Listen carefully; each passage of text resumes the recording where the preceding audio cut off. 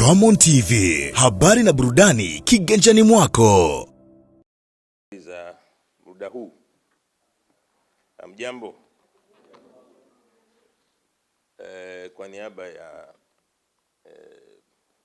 bodi ya Simba,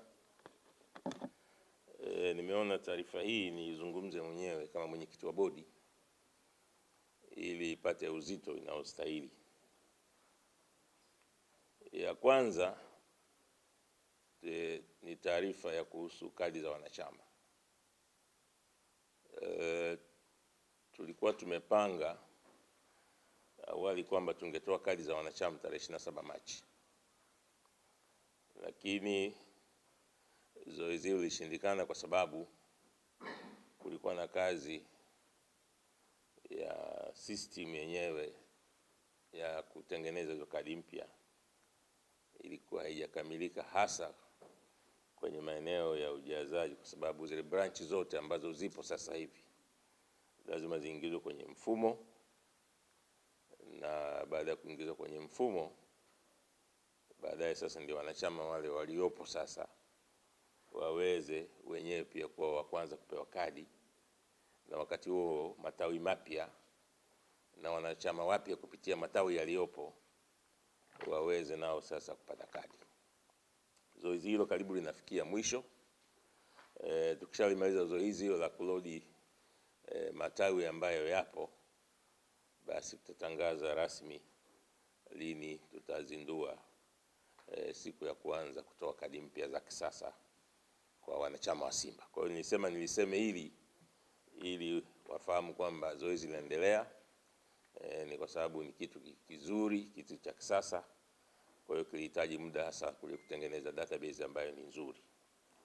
Nafasi yangu mimi nikiwa TFF, wengine wadogo mjini, mimi nilikuwa makamu wa rais wa kwanza wa TFF wakati wa rais akiwa Tenga. Unajua ligi ni ya TFF, ligi ni bodi ya ligi, ni product ya TFF. Kwa hiyo klabu mwenyeji anahusika na mapendekezo ya viingilio na vitu kama hivi, lakini mwisho wa siku maamuzi yanatakiwa ifanyike ni msimamizi wa ligi, mwenye ligi yake. Sasa mtu hawezi kuibuka leo kiingilio cha chini akaweka 100,000. Anasema mimi ndio nimeweka. Na tunavyoelekea hivi, kama ikiruhusiwa, kuna siku pale mtu ataona mimi kwanza huko mkoani kwanza mimi sina wapenzi, watakuja kuja hawa jamaa. Leo kiingilio cha chini 50,000.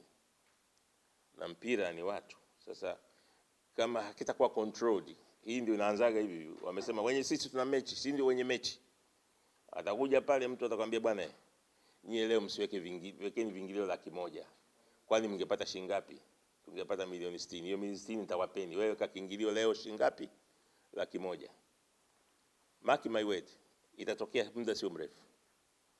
Itakuja pale Simba au Yanga inatengeneza mkoani, kwani leo mngepata shilingi ngapi? Tungepata milioni 80. Hiyo milioni 80 nawapeni, wekeni kiingilio cha chini leo 120,000. Ataingia mtu? Hawezi kuingia. Kwa hiyo ligi ni mali ya TFF, ni product ya TFF. Matches mwenyeji wa mechi anapendekeza, anafanya lolote, lakini kuregulate inatakiwa mamlaka iregulate. Mamlaka iweze kuregulate hivi vitu viendane na wakati.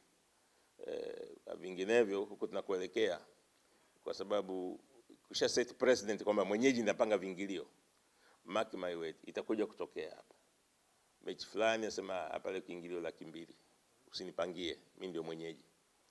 Kwa hiyo sio jambo ambalo linaweza kwa hiyo ni vizuri bodi ya ligi wakawa ni regulator wa hivi vitu hivi kwenye uhalisia. La pili, sisi hatuna ugomvi na idara ya uhamiaji.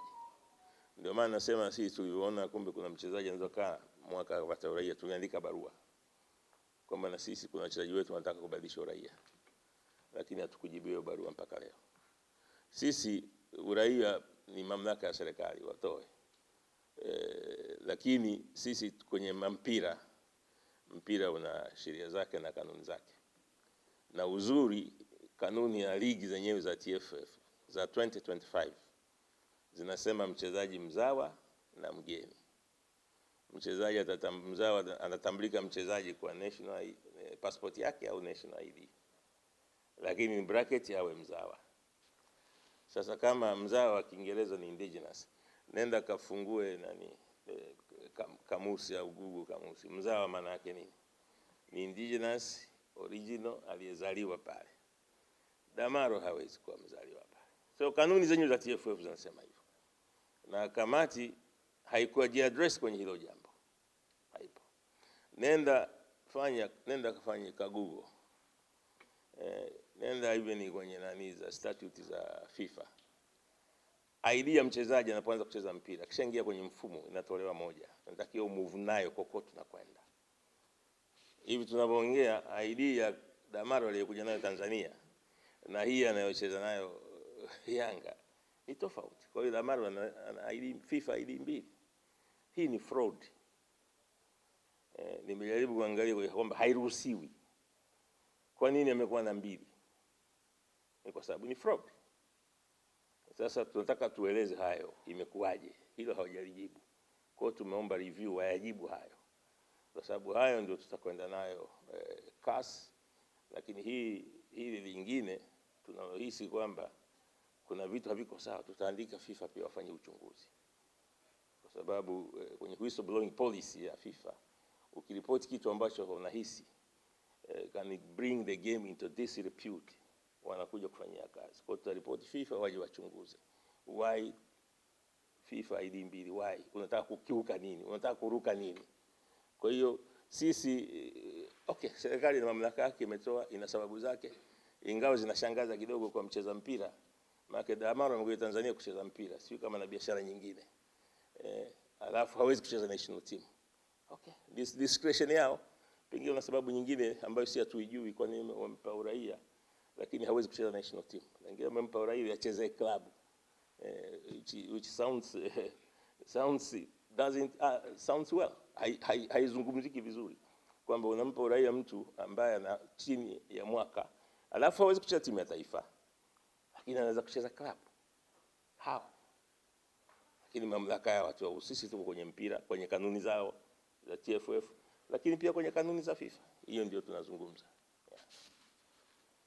Zungumze leo hii ni kumetokea baada ya mechi ya Azam, ilianza Pamba kule Mwanza. Washabiki wetu wametaharuki, wamekuwa na hasira.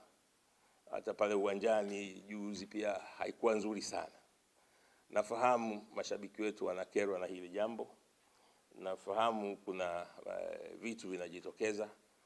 Nafahamu wameona yanayotokea, lakini naomba tena niwasihi sana mashabiki na wapenzi wa Simba, naomba watulie, wawe na amani, wasilete tafrani, kwa sababu mwisho wa siku ile tafrani inakuwa sio afya kwa klabu. Sisi Simba ni klabu ambayo tunaweka mpira wa miguu mbele sana. Ni klabu ya watu wema, watu wastaarabu. Najua mpira una hisia kali, lakini naomba niseme kwamba tuache tafrani, tupunguze jazba. Sisi bodi nzima, viongozi, li jambo tunalishughulikia na tumeandikia mamlaka, tutakutana nao mamlaka zinazosimamia mpira kuweza kujua hizo changamoto ni kwa nini zinajitokeza mara kwa mara. Niwapongeze mashabiki. Unajua mechi za Simba zimekuwa na figisu sana, hasa hizi mechi kubwa. Mechi ya kwanza ghafla tu tuambiwa tunaenda kucheza Zanzibar, sababu kulikuwa na mashindano ya Qur'ani, lakini huko nyuma yashafanyika mashindano ya Qur'ani yanaisha saa 7, saa 8 mechi inachezwa usiku. Tena kwa wakati wa Ramadhani mechi inachezwa saa 2, mashindano yanaisha saa 7, lakini watu wakaamua kuhamisha tu, tukaenda kucheza. Mechi hii pia nasema imehamishwa kwa sababu kuna mashindano ya Qur'ani. Tuliwasiliana na BAKWATA wakasema sisi mashindano yetu yanaisha saa 7. Kwa hiyo mpira unaweza kuchezwa. Tukaambia wenzetu, jamani, mashindano ya BAKWATA yanaisha saa 7, ya Qur'ani yanaisha saa 7. Kwa nini tusicheze mechi hii? Ni saa 1 usiku. Lakini wakangangania lazima ichezwe kule. Unaona? Wakaenda kuweka kiingilio kikubwa ambacho tunaomba baadaye bodi ya ligi tunaomba regulate kitu. Lakini kuna baadhi hata mashabiki wetu wakiwa na tiketi umeshindwa kuingia, wanasema uwanja umejaa. Wenyeji wamekata tiketi, baadhi ya mashabiki wamezuia kuingia, uwanja umejaa.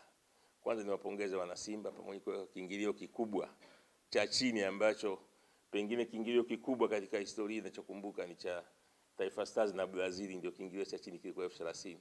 Kando na hapo haijawahi kutokea kiingilio cha chini cha mechi kakawa 15,000. Lakini pamoja na hayo wamekuja kwa wingi kuweza kushangilia timu yao. Lakini ndio hivyo, wengine wamekosa nafasi.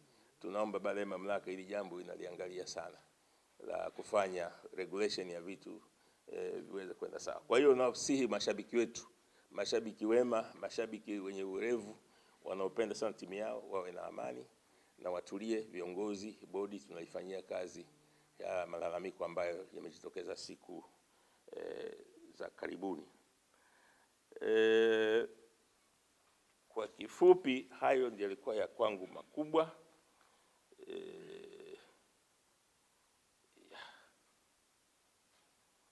Hayo ndio yalikuwa kwangu makubwa. Na sasa nakaribisha maswali. Roman TV, habari na burudani kiganjani mwako.